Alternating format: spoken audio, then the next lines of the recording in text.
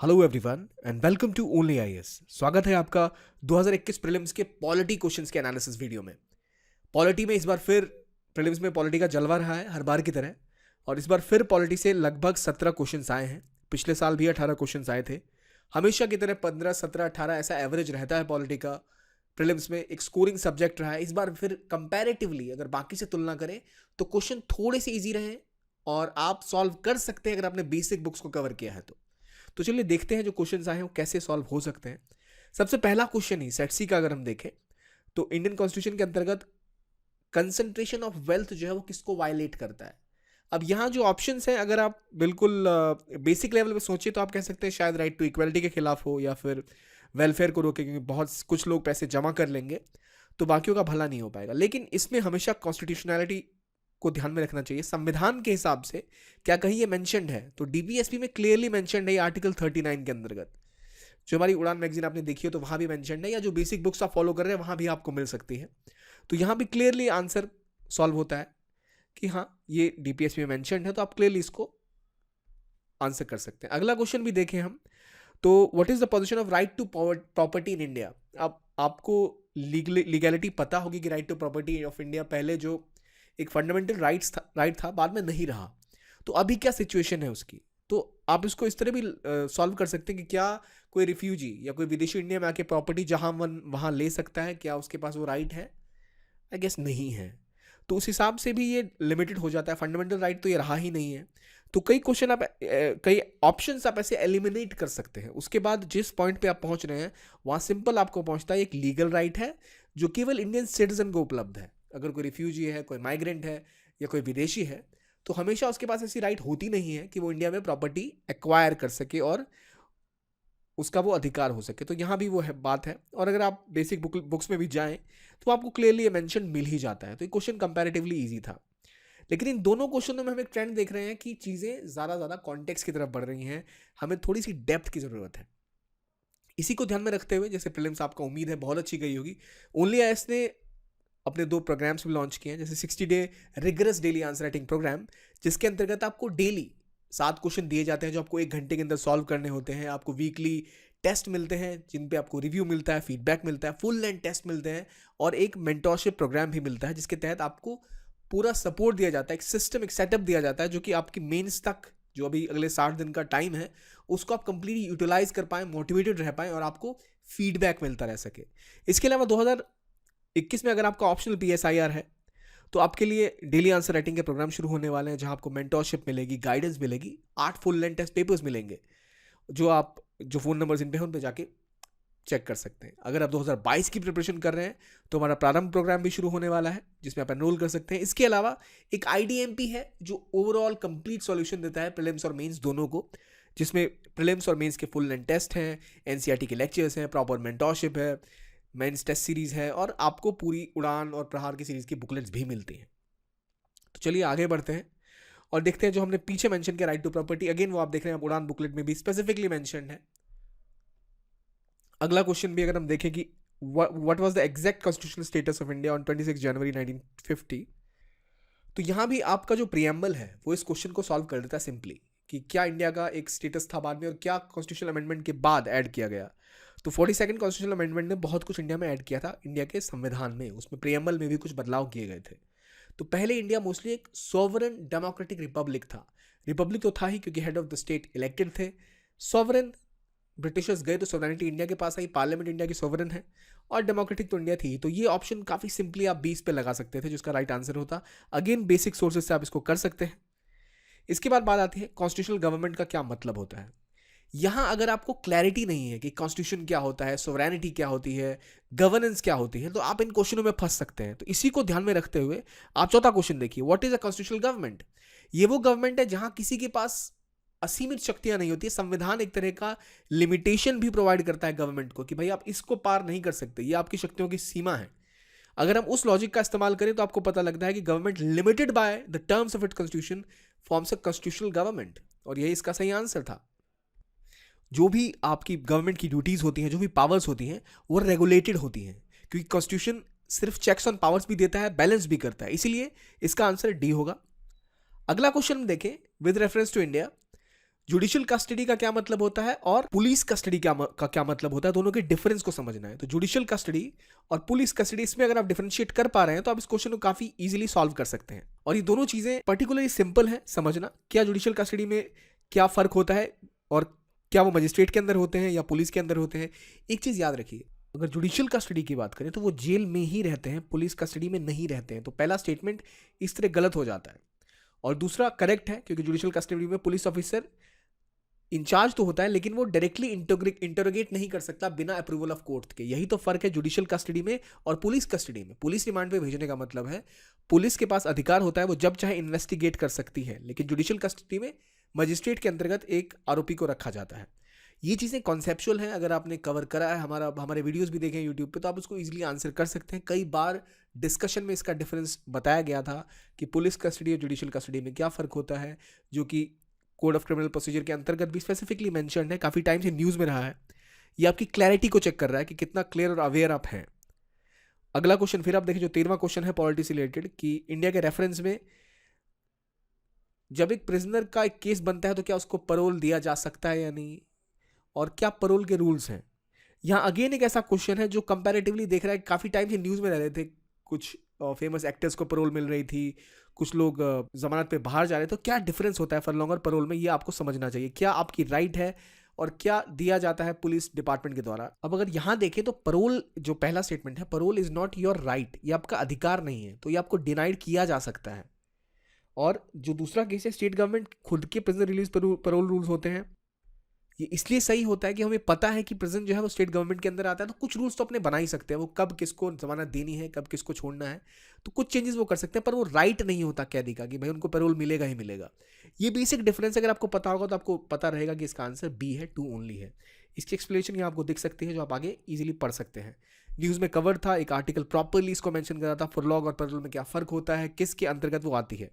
Again थोड़ी सी अगर आप अवेयरनेस रखते तो क्वेश्चन बन सकता था। अगला क्वेश्चन, नेशनल लेवल पे कौन सी नोडल एजेंसी है जो कि शेड्यूल्ड ट्राइब्स और अदर ट्रेडिशनल फॉरेस्ट डवेलर्स के एक्ट को इंप्लीमेंटेशन को देखती है।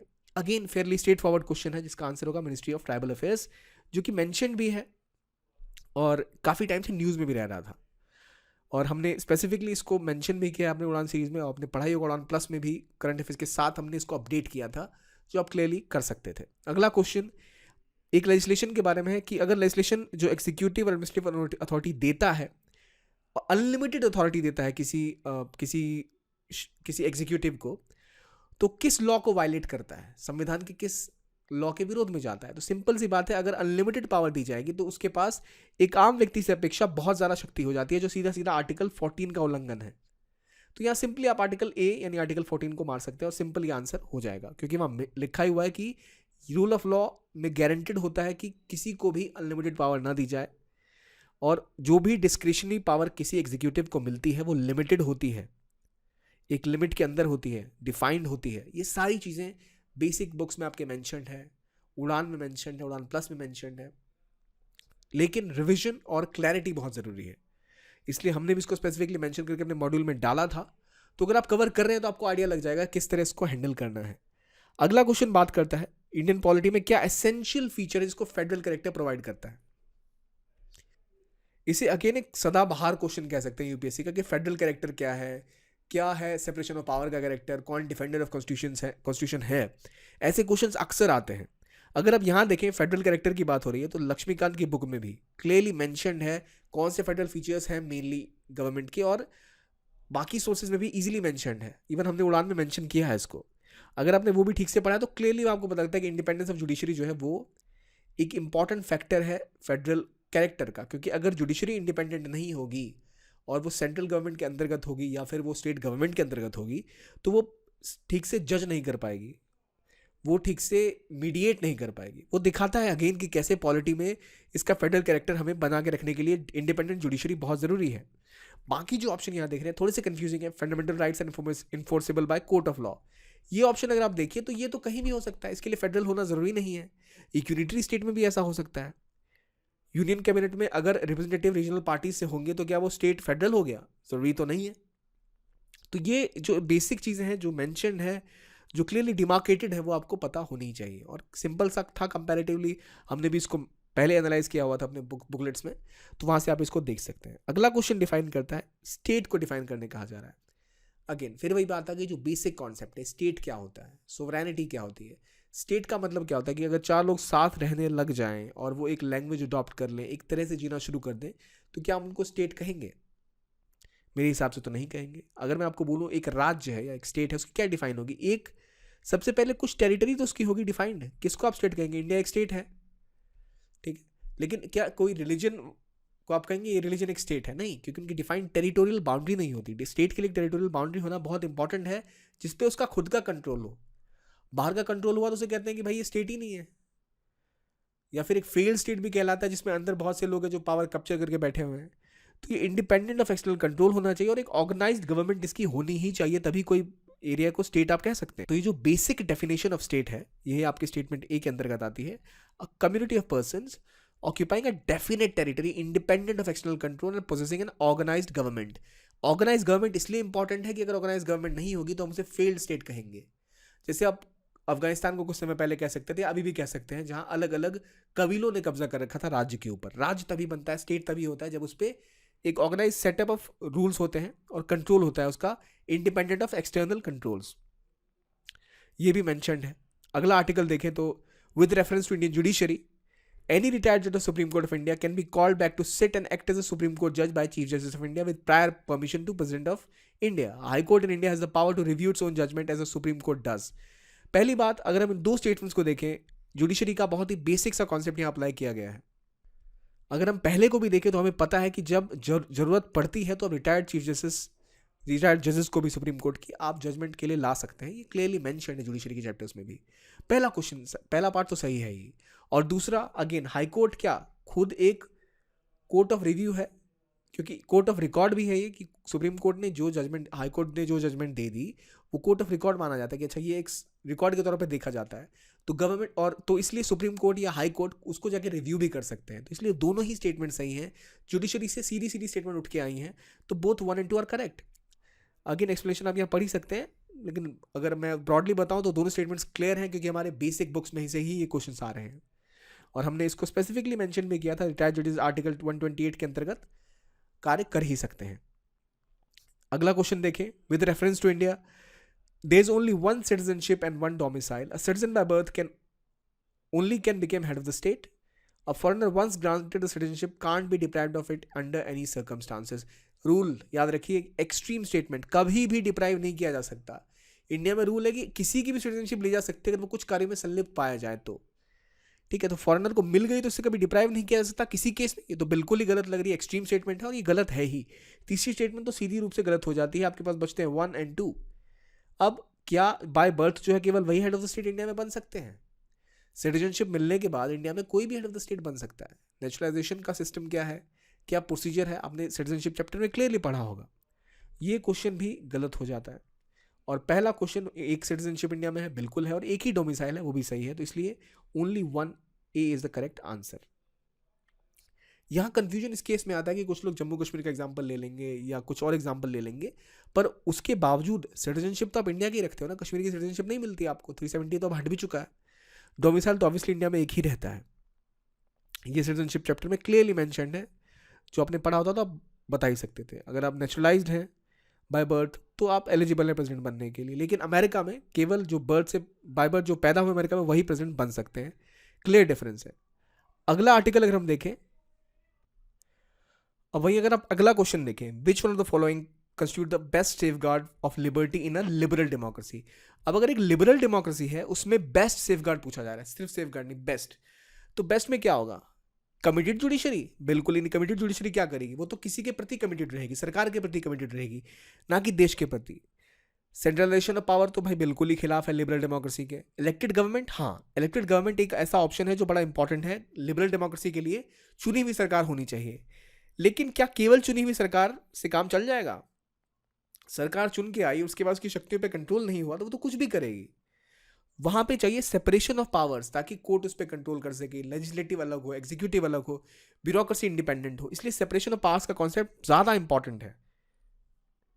तो ये शक्तियों का अलग होना, सेपरेशन ऑफ पावर, यही इंपॉर्टेंट कंपोनेंट है जो कि बेस्ट सेफगार्ड है लिबर्टी का किसी भी लिबरल डेमोक्रेसी में।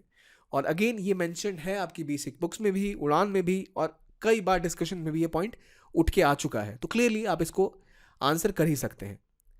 अगला क्वेश्चन भी हम देखें, इंडिया ने जो पार्लियामेंट्री डेमोक्रेसी अडॉप्ट करी वो ब्रिटिश मॉडल पर बेस्ड थी, लेकिन हमारा मॉडल कैसे ब्रिटेन से अलग है? अगर पहला स्टेटमेंट देखें तो ब्रिटिश पार्लियामेंट सुप्रीम है, सॉवरेन है, बट इंडिया में पावर ऑफ पार्लियामेंट लिमिटेड है। अगर आप देखें तो बिल्कुल सही है एक तरह से, क्योंकि इंडिया में कॉन्स्टिट्यूशन जो है बहुत रिजिड है, पार्लियामेंट की पावर कुछ हद तक लिमिटेड है, जबकि ब्रिटेन में कोई कॉन्स्टिट्यूशन ऐसा रिटन नहीं है, जुडिशियल रिव्यू का भी जो वहाँ पे सेटअप है वो ऐसा रिटन नहीं है, जुडिशरी भी एक तरह से पार्लियामेंट के नीचे ही आती है। हालांकि अब कुछ चेंजेस आए हैं, पर ट्रेडिशनली ऐसा देखा जाता है कि वहाँ की पार्लियामेंट बिल्कुल ही सुप्रीम है। तो ये स्टेटमेंट कुछ हद तक सही है। लेकिन दूसरा स्टेटमेंट अगर आप देखें, इन इंडिया जो कॉन्स्टिट्यूशनैलिटी के मैटर के हैं चीज़ें, जो अमेंडमेंट हो रहा है एक्ट में, वो रेफर किया जाता है कॉन्स्टिट्यूशनल बेंच को बाय द सुप्रीम कोर्ट। यानी जो भी मैटर्स अमेंडमेंट एक्ट के आसपास हैं, जो कि संविधान में संशोधन कर रहे हैं, वो सभी चीज़ों को सुप्रीम कोर्ट के द्वारा, सुप्रीम कोर्ट की कॉन्स्टिट्यूशनल बेंच को रेफर किया जाता है। क्या इंडिया में ऐसा किया जाता है?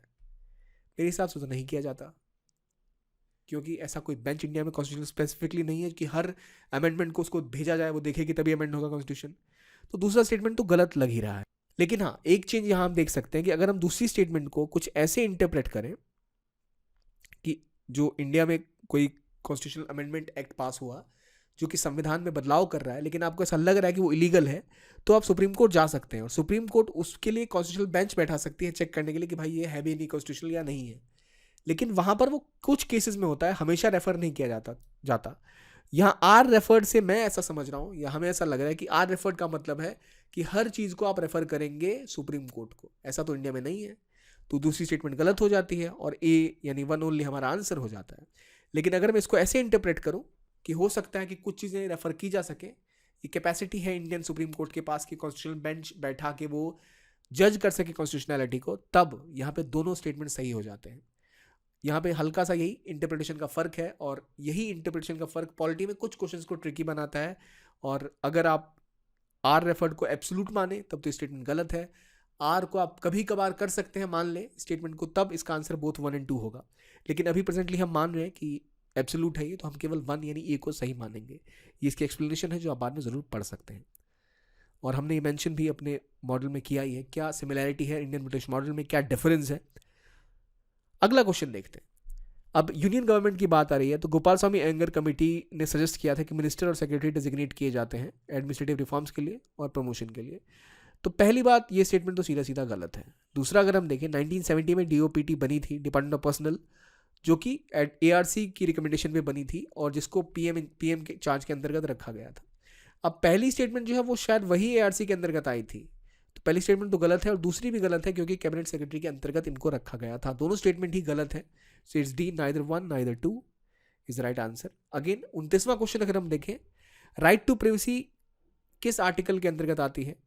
बेसिक सा क्वेश्चन आर्टिकल 21 के अंतर्गत आती है, मेंशन है कई जगह, आपने पढ़ा है, तो एक बेसिक सा क्वेश्चन था, इजी क्वेश्चन था जो किया जा सकता था। 30वां क्वेश्चन जो है, इंडिया में कोई लॉ नहीं है जो रिस्ट्रिक्ट करे कैंडिडेट्स को contesting in 1 Lok Sabha election from 3 constituencies. Again ये गलत स्टेटमेंट है क्योंकि इंडिया में एक लॉ है आरपीए, उसको अमेंड किया गया था और अमेंड करने के बाद आप 2 से ज़्यादा एरिया से एक साथ नहीं लड़ सकते, ये लॉ लाया गया था। लेकिन 1991 में Devilal contested from 3 Lok Sabha constituencies. Again ये सही सवाल है, सही स्टेटमेंट है। क्यों? क्योंकि जब ये अमेंडमेंट लाया गया था आरपीए में, उससे पहले उन्होंने इलेक्शन लड़ा था, 1991 में ही लड़ लिया था। बाद में जब बहुत ज़्यादा कई जगहों से लोग खड़े हो रहे थे तब इसमें चेंजेस किए गए थे। तो ये दोनों ही स्टेटमेंट सही है। तीसरी स्टेटमेंट आप देखें, if a candidate contest in 1 Lok Sabha election from many constituencies, his और हर party should bear the cost of by elections. India में ऐसा सिस्टम नहीं है। आप अगर 2 जगह से इलेक्शन लड़ रहे हैं, एक जगह से हार गए और वहाँ बाई इलेक्शन हो रहा है, तो पार्टी उसका खर्च नहीं उठाती है, वो इलेक्शन कमीशन ही उठाती है, क्योंकि आप खड़े हो सकते हैं, ऐसा अलाउड है, इसलिए वो खर्च भी आपको वहन नहीं करना है, आपकी पार्टी को वहन नहीं करना होता है। तो तीसरा स्टेटमेंट गलत है और पहला दूसरा सही स्टेटमेंट है। ट्रिक यहाँ पर ये है कि ये आरबीआई अमेंडमेंट 1995 में आया था और ये इलेक्शन 1991 में लड़े थे। तो अमेंडमेंट से पहले जो लड़ लिया इलेक्शन तो कितने भी सीटों पे लड़ सकते हैं, अमेंडमेंट के बाद आपको 2 पे ही लड़ना होता है। तो इसलिए पहली स्टेटमेंट तो गलत हो गई क्योंकि लॉ है, दूसरी स्टेटमेंट सही इसलिए हो गई क्योंकि ये इलेक्शन उस अमेंडमेंट पास होने से पहले ही लड़ चुके थे। तो इट्स बी यानी 2 ओनली इसका राइट आंसर होना चाहिए। तो ये था हमारा एनालिसिस, जहाँ हमने देखा क्वेश्चन ज़्यादा कॉन्टेक्चुअल हो रहे हैं, ज़्यादा डिफरेंशिएटिव हो रहे हैं, लेकिन फिर भी आसान है अगर आपने टेक्स्ट को ढंग से पढ़ा है, चीज़ों को उनके परिप्रेक्ष्य में समझने की कोशिश करी है। तो ये था हमारा वीडियो, देखने के लिए बहुत बहुत धन्यवाद। Thank you very much and have a nice day.